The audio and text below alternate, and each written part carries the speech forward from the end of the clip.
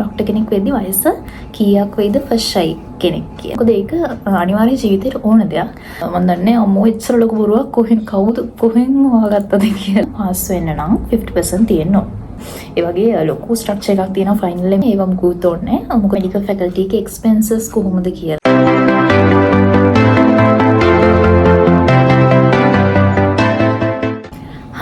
Welcome ටු මයි YouTube channel. කොහොමද ඉතින් ඔයාලට මම හිතනවා ඔයාලා හැමදාම වගේ සතුටින් හොඳින් ඇති කියලා. ඉතින් මම හිතුවා ඉන්ටර්න්ෂිප් යන්න කලින් එක Q&A එකක් last Q&A එක කරන්න. ඉතින් මේ තමයි ඒක. ඉන්ටර්න් අවුරුදු කීයක් තියෙනවද? normal ડોක්ටර් කෙනෙක් වෙද්දි වයස කීයක් වෙයිද ෆස්ට් ෂයි කෙනෙක් කියලා. ඉතින් ඉන්ටර්න් තියෙන එක අවුරුද්දයි තියෙන්නේ. ඉතින් අපි දැන් යන්න හදන ඉන්ටර්න්. ඉතින් එතනින් පස්සේ තමයි හරියටම අපි ડોක්ටර් කෙනෙක් වෙන්නේ. ඉතින් හරිනම් හැබැයි ඉන්ටර්න්ෂිප් එකේදීත් අපි හවුස් ඔෆිසර් විදියට වැඩ කරන්නේ. ඉතින් එතකොට ડોක්ටර් කෙනෙක් තමයි. ඉතින් වයස නම් ඩිපෙන්ඩ් වෙනවා. මම දන්නේ ඒගොල්ලෝ මෙච්චරටම වයස ගැන අහන්නේ කියලා. තමන්ට ડોක්ටර් කෙනෙක් වෙන්න ලොකු ආසාවක් තියෙන කෙනෙක් වයස ගොඩාක් කන්සර්න් කරගන්න එක හොඳ නැහැ කියලා මම හිතන්නේ. මොකද ඒ වයසේදී ඔයගොල්ලන්ට කරගන්න බැරි වුණොත් හදිස්සියවත් සමහරවිට රිපීට් වෙනවා. ඒ වගේ දේවල් වෙනවනේ. සෙකන්ඩ් ෂයි කරන්න වෙනවා. ෆස්ට් ෂයිම යන්න බැරි වෙනවා. එතකොට ඔයගොල්ලන් ලොකු කඩාවීමකට වැටීමකට ලක් වෙන්න පුළුවන්. ඔයගොල්ලෝ වයස ටාගට් කරන් ගියොත්. මම දන්නේ අපිත් ඒ කාලේ සමහර වෙලාවට හිතනවානේ අවුරුදු 25 වෙද්දී අපි වාහනයක් ගන්නවා, ගෙයක් ගන්නවා, මැරි කරනවා, ඒ වගේ ගෝල්ස් තියෙනවානේ. ඉතින් ඒ වගේ දේවල් තිබිලා මෙඩිසිනුත් 25 වෙන වගේ වෙද්දී ඉවර කරගන්න. ඒ වගේ අන්රියලිස්ටික් ගෝල්ස් තියාගන්න එපා. ඉතින් මෙඩිසින් කරනවා කියන්නේ අනිවාර්යයෙන්ම කල් යනවා. අනිත් ඩිග්‍රීස් ඉවර කරනවට වඩා කොහොමත් ගොඩක් කල් යනවා. ඉතින් ඩිග්‍රී එකමත් අවුරුදු 5ක් නේ. ඊට පස්සේ ඉන්ටර්න්ෂිප් එනකනුත් අපිට දැන් ටික කාලයක් ඉන්න වෙලා තියෙනවා. ඔයාලා දන්නවනේ. ඉතින් ඒ නිසා ලංකාවේ විදිහට අවුරුදු 28ක් 29ක් වගේ වෙනවා. ඉතින් ඉන්ටර්න්ෂිප් යද්දී. ඉතින් ඔයාලා ડોක්ටර් කෙනෙක් වෙන්න ලොකු ආසාවක් තියෙන, ලොකු උනන්දුවක් තියෙන, ඇත්තටම උනන්දු ළමෙක් ලොකු ප්‍රශ්නයක් කරගන්න එපා කියලා තමයි මම කියන්නේ. ඔයගොල්ලන්ගේ ගෝල් එක වයස නිසා නවත්ත ගන්න එපා. ඉතින් නේ ගොඩාක් අය අහනවා වයස සම්බන්ධව වයස කීයද? මේ වයස කීයක් වෙයිද? මම එළියට ඉද්දි කීයක් වෙයිද? මම කියන්නේ මම නෙමෙයි ඔයාලගේ වයස කියලා. මේ අපි මේ වයසේ මේ අවුට් වෙද්දි කීයක් වෙයිද?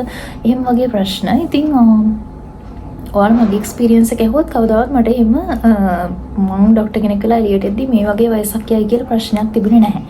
ඉතින් ඒ නිසා ඕනවට වඩා වයස ගැන කන්සර්න් වෙන්න එපා. ඉතින් මොකද ඒක ගොඩක්ම අහන ප්‍රශ්නයක්. කොහොමද ડોක්ටර් කෙනෙක් වෙද්දී ඔයගලන්ට වයස 28ක් 29ක් 30ක් වෙනවම තමයි. ඒක ඉතින් එහෙම තමයි. ඒක ඉතින් කරන්න දෙයක් නැහැ ලංකාවේ සිස්ටම් එක අනුව. ඒක එහෙම වෙනවා. ඉතින් ඒක තමයි ප්‍රශ්නට උත්තරේ. ඉන්ටර්න් තියෙන එක අවුරුද්දයි. මෙඩිසින් ඉංග්‍රීසි බැරිම ළමයි ගියොත් එයාලට ඉංග්‍රීසි හදාගන්න කෝසස් තියෙනවාද කියලා අහලා තියෙනවා. ඉතින් අපේ ෆැකල්ටි එකේ නම් ඉංග්‍රීසි කෝස් එකක් තමයි මුලින්ම ගියාම ඔරියන්ටේෂන් වලදී තියෙන ඉංග්‍රීසි and IT කෝස් දෙක. ඒ කෝස් කියන්නේ ඉංග්‍රීසි and IT තමයි අපිට ගිය ගමන් කරන්නේ. ඉතින් හැබැයි ඒ කියන්නේ ඒකෙනුත් ඉංග්‍රීසි ටිකක් හැදෙනවා. ඉතින් ඉංග්‍රීසි බැරිම ළමයෙක් නම් මුලින් ඉංග්‍රීසි කෝස් එකක් කරලා එන එක හොඳ වෙන්න පුළුවන්. මේ මෙඩිසින් විතරක් නෙමෙයි ඕනම ෆැකල්ටි එකකට යද්දී. මොකද බේසික් ඉංග්‍රීසි නොලෙජ් එක කොහොමත් ෆැකල්ටිස් වල ඕනේ. ලෙක්චර්ස් ඔක්කොම තියෙන ඉංග්‍රීසි වලින් නිසා. සිංහලෙන් ලෙක්චර්ස් නැහැනේ. ඉතින් ඉංග්‍රීසි වලින් තියෙන නිසා කොහොමත් ඔයාලගේ බේසික් නොලෙජ් එක හදාගන්න එක හොඳයි. අනිත් එක තමයි ඉංග්‍රීසි වලට අකමැති වෙලා ඉංග්‍රීසි කරන්න බෑ. ඉංග්‍රීසි කියන ලැන්ග්වේජ් එකක් නේ. ඉතින් ඒ නිසා ඒ ලැන්ග්වේජ් ස්කිල් එක ඕනේ. ඉතින් ඒකට මේ තමන් ගොඩාක් අකමැත්තෙන් ඒක කරනවා නම් ඒක සමහරවිට තමන්ට හරියට මේ කියන්නේ පුරුදු වෙන්නේ නැති වෙන්න පුළුවන්. ඔයාලට ඉංග්‍රීසි කියන්නේ කැම්පස් යන විතරක් හදා ගන්න ඕන දෙයක් නෙමෙයිනේ. ඒ කියන්නේ ලයිෆ් එකේ අර ස්කිල් එකක් විදියට ඉතින් ඉංග්‍රීසි ලැන්ග්වේජ් එක පුළුවන් වෙන එක වැදගත් ගොඩක් තැන්වලට. ඉතින් ඒ නිසා මම නම් කියන්නේ ඔයාලා ඉංග්‍රීසි පුළුවන් කරගන්න ආසාවෙන් මොන හරි කෝස් එකක් කරනවා නම් කරන්න. හොඳ කෝස් එකක් හොයලා බලලා ඉතින් ඒ වගේ කරන්න. මොකද ඒක අනිවාර්ය ජීවිතේට ඕන දෙයක්. ඉතින් මේක මේම් කරලා නැතත් කමන්නේ. ඔයාලට ඔයාලගේ ජීවිතේට එකතු කරගන්න ඕන දෙයක් විදිහට ඉංග්‍රීසි ඉගෙන ගන්න අනිවාර්යයෙන්ම. ඉතින් ඒ වගේ මොනවා හරි පොඩ්ඩක් පුළුවන් වෙලා එන එක හොඳයි ඉංග්‍රීසි. මේ එහෙම නැතුව අර මහා ලොකුවට ඉංග්‍රීසි ඕනේ නැහැ. ග්‍රැමර් එහෙම තිතටම හරියන්න එහෙම ඕනේ නැහැ. ඒව මුකුත් ඕනේ නැහැ. මොකද මෙඩිකල් වර්ඩ්ස් මෙඩිකල් ජාගන් කියලා අපි කියන්නේ ඒක හැමෝටම අලුත්නේ. ඉතින් මට ඉංග්‍රීසි මම පොඩි කාලේ ඉඳන් ඉංග්‍රීසි වලට කැමතියි. ඉංග්‍රීසි වලට වැඩිම ලකුණු එහෙම තිබ්බා. හැබැයි අපි වුණත් ෆැකල්ටි එකට ගියාම එතන තියෙන අලුත්ම වචන අපි මෙඩිකල් වර්ඩ්ස් අහලා නැහැ නේ. ඉංග්‍රීසි හොඳට පුළුවන් කෙනෙක් වුණත් මේ මෙඩිකල් ෆැකල්ටි එකට ගියාම තමයි මේ වගේ මෙඩිකල් ජාගන් ඉගෙන ගන්න. ඉතින් ඒ නිසා ඒකෙන් ලොකු වාසියක් එහෙම වෙන්නේ නැහැ. ඉංග්‍රීසි පොඩක් පුළුවන් වුණා කියලා. මේ ඒක සාමාන්‍ය ඕනම කෙනෙක්ට අල්ලගන්න පුළුවන්. හැබැයි බේසික් ඉංග්‍රීසි නොලෙජ් එක ඔයාලා ෆැකල්ටි එන්න කලින් හදා ගන්නවා නම් හොඳයි. එතකොට ඊළඟට අහලා තියෙනවා ෆයිනල් එක්සෑම් එකේ පාස් මාක් එකක් තියනවාද? ඒකේ මාක්ස් අඩු වුණොත් කාඩියොලොජි වලටද යන්න වෙන්නේ කියලා. මම දන්නේ අම්මෝ ඉස්සර ලොකු බොරුවක් කොහෙන් හොයාගත්තද කියලා. ඕකේ අපි ඒකේ ෆස්ට් පාර්ට් එකට ආන්සර් කරමුකෝ. අපේ ෆයිනල් එක්සෑම් එකේ පාස් මාක් එකක් තියනවාද? පාස් මාක් එකක් තියෙනවා. පාස් වෙන්නේ 50% තියෙනවා. දැන් අපි ඒ ලෙවල් නම් S එක දෙන්නේ 35 මාර්ක්ස් වලින් නේ. ඉතින් ඒ වගේ නේ. හැබැයි මේ ෆයිනල් එක්සෑම් එකේ 50% තියෙන්න ඕනේ. අනිවාර්යෙන්ම සබ්ජෙක්ට්ස් පහටම.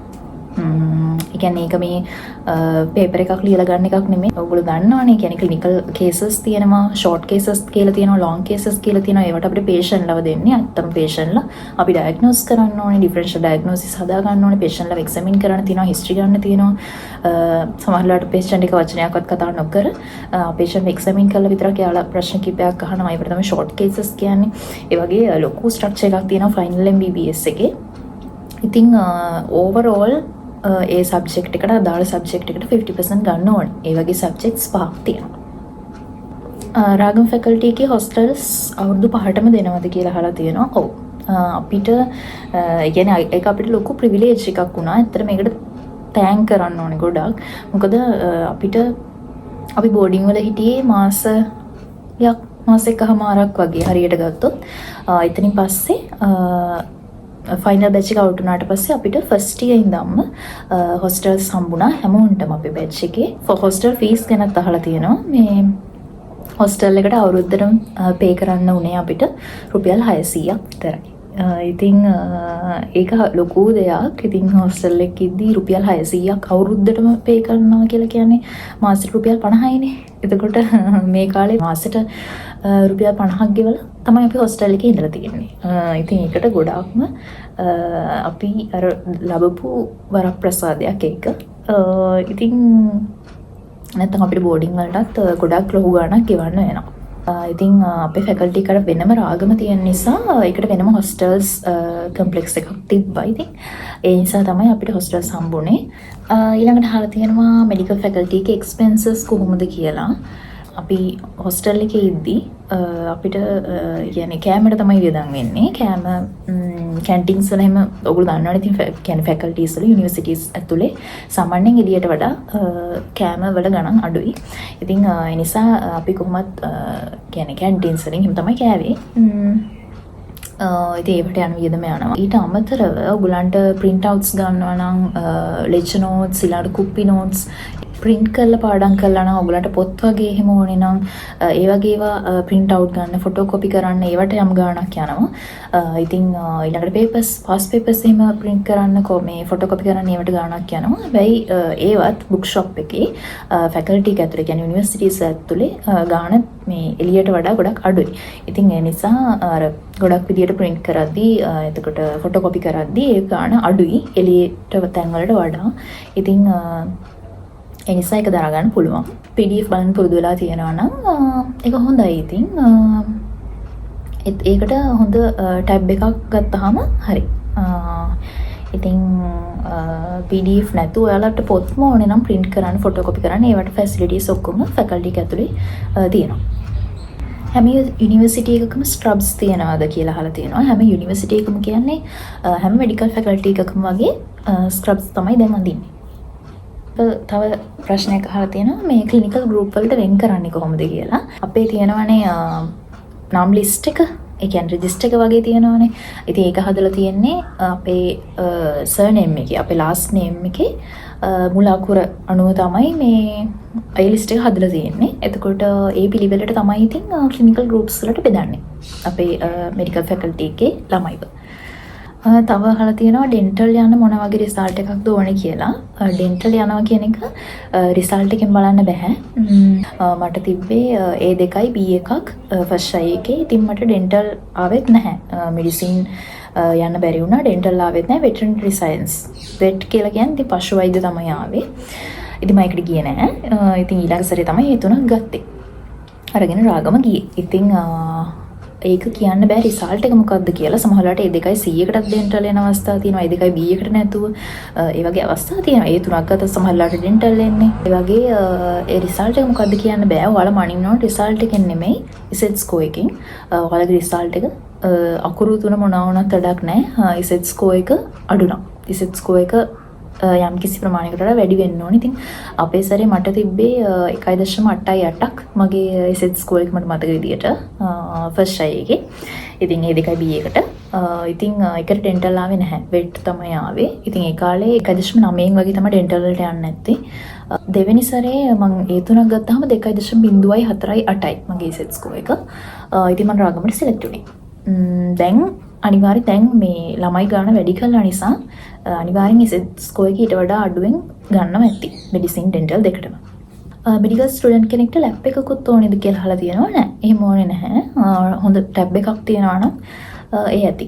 ඔයාලට ඒ කියන්නේ වෝඩ් වලට ගිහිල්ලා ඊට පස්සේ වෝඩ් එකේ නැති වෙලාවට ඔයගොල්ලන්ගේ ස්ටඩි ඒරියාස් වලදී එහෙම නැත්නම් හොස්ටල් එකේ කොහේ හිටියත් ටැබ් එකකින් පාඩම් කරන්න පුළුවන්. ලැබ් එකක් එහෙම ඕන වෙන්නේ නැහැ. පාඩම් වැඩවලට එහෙම ඕන වෙන්නේ නැහැ ලොකුවට. රිපීට් වෙන්නේ ගොඩක් තර්ඩ් ට්‍රයි අය කියන්නේ ඇත්තද? අනේ කිසිම එහෙම එකක් නැහැ. First try, second try, third try ඕනම කෙනෙක් රිපීට් වෙන්න පුළුවන්. ඒක සමහරවිට වැඩ කරත් සමහරවිට රිපීට් වෙනවා. සමහර වැඩ කළාම නැති අයත් රිපීට් වෙනවා. සමහරවිට හිතෙනවා මේ රිපීට් වුණාම මේ මම මෙච්චර වැඩ කළත් මම රිපීට් වුණානි කියලා එහෙම අවස්ථාවක් තිබිලා තියෙනවා. මටත් තිබිලා තියෙනවා. ඉතින් ඒ නිසා මම කියන්නේ රිපීට් වෙන එක ගැනත් මේ මෙඩිකල් ෆැකල්ටි යන්න කලින් හිතන මානසිකත්වයක් හදාගන්න එපා. ඉතින් ඔයාලා මුලින්ම මෙඩිකල් ෆැකල්ටි යන්න ගිහිල්ලා බලන්න. ඉතින් ඔයාලගේ උපරිමය කළා මොන දේ වුණත් දුක් වෙන්න එපා. ඒක තමයි මට කියන්න තියෙන්නේ. ડોක්ටර් කෙනෙක් විදියට සැලරි එකකට හොස්පිටල් වර්ක් කරන්න කොච්චර කල් ඉන්න ඕනේද? සැලරි එකට හොස්පිටල් වර්ක් කරන්න කියන්නේ ඉන්ටර්න්ෂිප් එකේ ඉඳන් තමයි අපිට සැලරි හම්බ වෙන්නේ ડોක්ටර් කෙනෙක් විදියට. ඉතින් ඒකට ඔයගොල්ලන්ගේ මෙඩිකල් ෆැකල්ටි ඉයර්ස් 5 ඉවර කරලා තවත් ටිකක් කල් ඉන්න වෙනවා ඉන්ටර්න්ෂිප් හම්බ වෙනකම්. ඊට පස්සේ තමයි සැලරි එකකට ડોක්ටර් කෙනෙක් විදියට වැඩ කරන්න පුළුවන්. අන්තිමට මහලා තියෙනවා මේ සාමාන්‍ය මෙඩිසින් යන කෙනෙක්ගේ මාසික වියදම කීයද කියලා. ඒක මට කියන්න බෑ. ඒක කෙනාගෙන් කෙනාට ගොඩාක් වෙනස් වෙනවා. තමන් කන බොන විදිය අනුව, අඳින පළඳින විදිය අනුව, ඊට පස්සේ ඔයගොල්ලෝ PDF බලනවද, නෝට් print කරනවද, ඒ වගේ දේවල් අනුව ගොඩාක් මේ variety එකක් තියෙනවා. ඒ වගේ හිල පහල යන දේවල්. ඉතින් මාසික වියදම කියන එකට එකාගයක් කොහොමදවත් කියන්න බෑ. ඔයාලට තේරෙනවා ඇති. ඉතින් ඒක තමන් අනුව තමයි ඩිපෙන්ඩ් වෙන්නේ. ඊට පස්සේ මට කලින් ප්‍රශ්නේ මේ අහලා තිබ්බා මාක්ස් අඩු වුණොත් කාඩියෝලොජි වලටද යන්න වෙන්නේ කියලා. එහෙම ප්‍රශ්නයක් අහලා තිබ්බා. අම්මෝ මන් දන්නේ මේ කතාව කවුද කිව්වේ කියලා. අර ගොඩක්ම වැරදි කතාවක්. කාඩියෝලොජි කියන්නේ එක ස්පෙෂලිටි එකක්. පෝස්ට් ග්‍රැජුවේට් කරද්දී මේ ඔයාලට කැමති ස්පෙෂලිටි එක තෝරගෙන තමන් කැමති පැත්තෙන් තමන් කැමති ෆීල්ඩ් එකෙන් ඉස්සරහට යන්න ඕන කෙනෙක්ට පුළුවන්. ඉතින් කාඩියෝලොජි කියන්නේ හරිම අමාරු සබ්ජෙක්ට් එකක්. මම දන්නේ නැහැ එහෙම ඇහුවේ කියලා. ඉතින් අපේ හાર્ට් එක ගැනම සම්බන්ධව තියෙන ස්පෙෂල් සයිඩ් එකක් තමයි කාඩියෝලොජි කියන්නේ. එහෙම එකක් නැහැ. එහෙම ස්පෙෂලිටිස් වලට බෙදන්නේ නැහැ. ෆයිනල් MBBS එකෙන් මම ඒක කලිනුත් කියලා තියෙනවා. ඉතින් ඒක ඔයාලගේ දක්ෂතාවය, ඔයාලගේ කැමැත්ත, ඒ ෆීල්ඩ් එකට යන්න තියෙන උවමනාව, ඔයාලගේ ඉන්ට්‍රෙස්ට් එක මත සම්පූර්ණයෙන්ම ඩිපෙන්ඩ් වෙන දෙයක්. ඉතින් ඒක තමයි මගේ උත්තරේ ඒ ප්‍රශ්නෙට. ඔයාලා අහ ප්‍රශ්න වලට මම satisfying answers දුන්නා කියලා හිතනවා. So that's the end of this video. ඉතින් ඔයාලා හැමෝටම thank you so much මේ වීඩියෝ එක ඉවරනකම් බලාගෙන හිටියට. And thank you everyone for liking my videos, sharing my content and for subscribing to my channel. And if you are new to this channel and you have not yet subscribed, if you like my videos and channel, please subscribe and tap the bell icon. And yeah, I'll be back soon with a new interesting vlog as soon as possible. So until then, take care. Bye.